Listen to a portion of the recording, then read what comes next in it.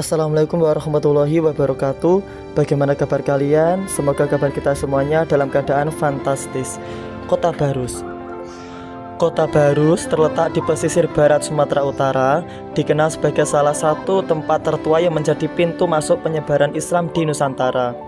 Kota ini menyimpan cerita sejarah yang kaya akan pertemuan budaya dan agama, menjadi saksi bisu awal mula masuknya Islam ke Nusantara.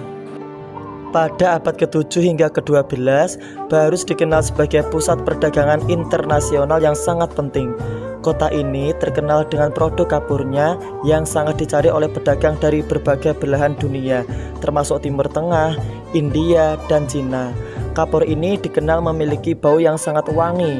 Kapur ini kemudian hari dikenal sebagai kapur Barus karena berasal dari kota yang namanya Barus. Kapur Barus digunakan sebagai bahan pengawet dan pewangi, sehingga menjadi komoditas berharga di pasar global. Pada masa itu, Barus menjadi persinggahan penting bagi para pedagang muslim dari Timur Tengah yang membawa berbagai barang dagangan serta menyebarkan agama Islam. Mereka berlayar ke Nusantara dengan kapal-kapal pesiar, membawa serta ajaran Islam yang perlahan mulai menyentuh hati masyarakat setempat. Di antara para pedagang yang tiba di Barus, terdapat sejumlah besar pedagang Arab yang dikenal dengan nama Hadromi. Mereka tidak hanya membawa barang dagangan, tetapi juga nilai-nilai Islam yang mereka praktikkan dalam kehidupan sehari-hari. Interaksi antara pedagang muslim dan penduduk lokal semakin intensif, sehingga menyebabkan penyebaran agama Islam secara alami dan damai. Para pedagang ini tidak hanya berdagang, tetapi juga menetap di Barus, membangun komunitas muslim pertama di Nusantara. Mereka mendirikan masjid-masjid dan madrasah untuk mengajarkan agama Islam kepada penduduk setempat. Dengan demikian, Barus menjadi pusat penyebaran agama Islam di Sumatera dan sekitarnya. Seiring berjalannya waktu, beberapa ulama terkenal dari Timur Tengah datang ke Barus untuk menyebarkan ajaran Islam. Salah satu tokoh penting adalah Syekh Ismail, seorang ulama besar yang konon dimakamkan di Barus. Makamnya hingga kini menjadi salah satu situs ziarah penting bagi umat Islam di Indonesia. Para ulama ini memainkan peran penting dalam mengajarkan ajaran Islam kepada masyarakat Barus.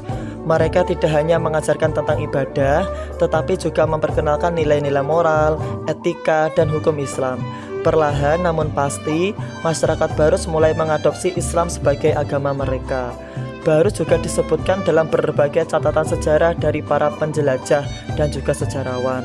Marco Polo, penjelajah terkenal dari Venesia, mengunjungi Barus pada abad ke-13 dan mencatat keberadaan komunitas muslim yang sudah mapan di sana. Selain itu, catatan sejarah dari Cina dan Arab juga menyebutkan Barus sebagai pusat perdagangan dan penyebaran Islam di Asia Tenggara.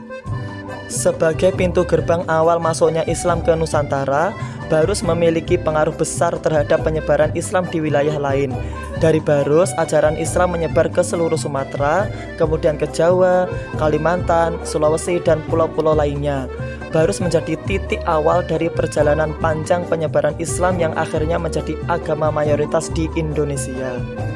Barus juga menjadi contoh bagaimana Islam dapat menyatu dengan budaya lokal tanpa menimbulkan konflik. Interaksi antara pedagang muslim dan masyarakat setempat yang harmonis menunjukkan bahwa Islam dapat disebarkan dengan damai dan melalui pendekatan kultural atau pendekatan secara budaya yang menghargai tradisi masyarakat setempat. Sejarah Barus adalah bagian penting dari sejarah Islam di Indonesia.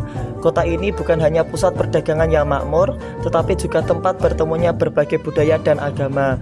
Melalui para pedagang dan ulama muslim yang datang ke Barus, Islam mulai dikenal dan diterima oleh masyarakat setempat. Dengan demikian, Barus menjadi salah satu saksi awal penyebaran Islam di Nusantara, yang kemudian menyebar luas dan berkembang menjadi bagian integral dari identitas Indonesia.